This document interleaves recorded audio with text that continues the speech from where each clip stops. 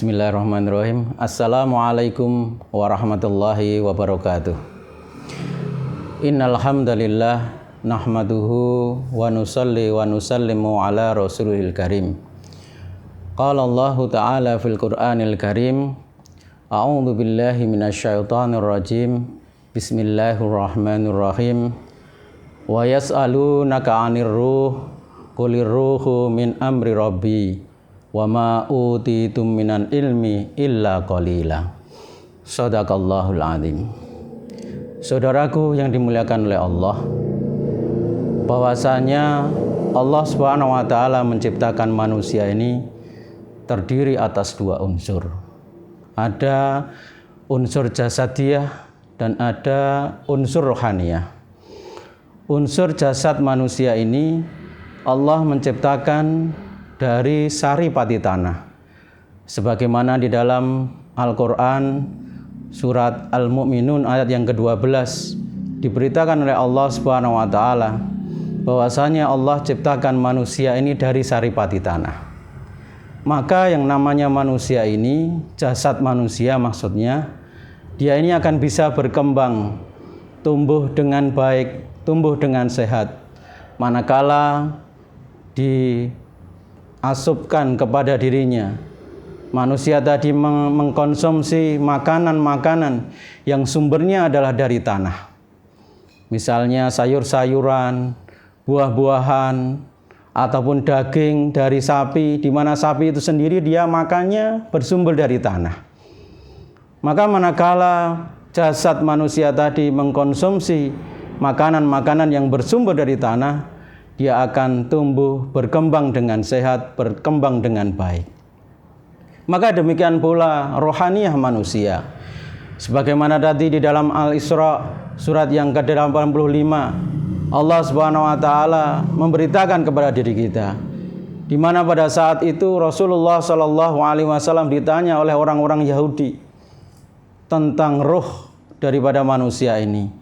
Maka Rasulullah Shallallahu alaihi wasallam diminta untuk mengatakan bahwasanya ruh ini berasal dari perkara-perkara yang hanya diketahui oleh Allah Subhanahu wa taala saja. Maka saudaraku yang dimuliakan oleh Allah, karena ruh ini berasal dari Allah, yang tahu bagaimana asalnya ruh adalah dari Allah saja, maka ruh ini akan bisa berkembang, tumbuh dengan baik manakala dia ini mengkonsumsi segala sesuatu yang asalnya ini adalah hanya dari Allah, yaitu adalah agamanya Allah.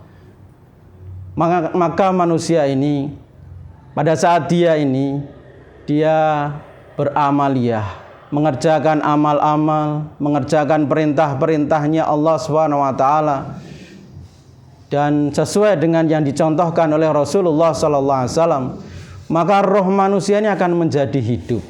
Rohaniyahnya ini akan menjadi berkembang dengan baik. Sehingga rohaniyah yang hidup, rohaniyah yang berkembang ini akan mampu mengendalikan kebutuhan-kebutuhan jasadiyahnya. Ibaratnya seperti ini saudaraku yang dimuliakan Allah. Ketika ada seekor kuda, di mana kuda ini ditunggangi oleh pengendaranya. Kuda ini adalah jasadiyahnya, sementara penunggangnya, jokinya ini adalah rohaniyahnya. Manakala kudanya ini kuat, tetapi jokinya ini dia lemah, rohaniyahnya lemah, ya.